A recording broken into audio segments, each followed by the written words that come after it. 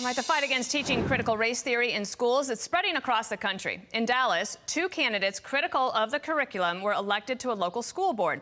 And then in Washington, D.C., Republican senators are pushing to forbid schools from even teaching it.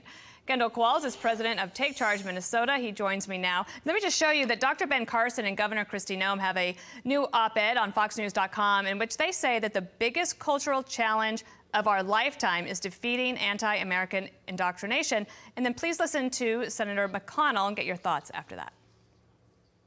Racial discrimination, it was our original sin. We've been working for 200 and some odd years to get past it. We're still working on it. And I just simply don't think that's part of the core underpinning of what American civic education ought to be about. Kendall, you're up there in Minnesota. What are you hearing about this?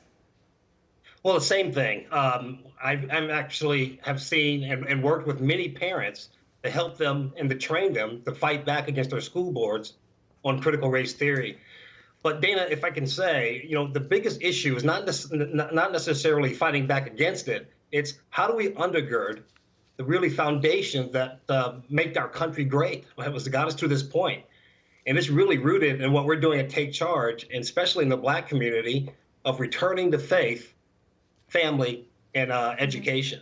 That's who we were as a culture before we got help from the government in the 60s that literally has destroyed the American family, the Black American family. You recently met with a mixed race couple who was very upset about what had happened to their child. Could you explain? Sure. So I have a young man who has mixed race children. His wife is African American. He's white, and he was really upset that they're teaching critical race theory in the school, but basically having his children, his biracial children, hate the white side of their family. And he's part of our organization. We're recruiting moms, grandmoms, and dads to help move our message again back to those things that are foundational of faith, family, and a quality education. Kendall, I know that you and I first met because you had written that, you and your wife, I believe, had written that beautiful letter to your children that you wanted them to know when you were running for Congress. And here's some headlines all across the country to on efforts to ban critical race theory. You have one in Tennessee, Claremont Daily Progress, that's Oklahoma. And then in Idaho governor signs a bill to ban critical race theory in schools. Your efforts at Take Charge are to try to help communities that are concerned about this to take charge and to deal with it. What's the most important thing that they can do? Well, they need to actually unify together as parents. They don't have to actually do this. One of the most insidious things is that these schools are using their own tax dollars, their property tax dollars, to actually indoctrinate their children against the values of the family and the values of this country.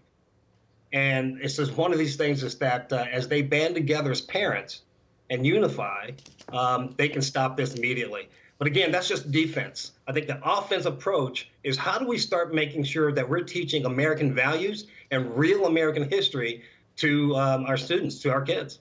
All right, Kendall Qualls, let's stay in touch. We love having you on and up there in Minnesota, where I'm sure the weather's starting to get nice. Thank you.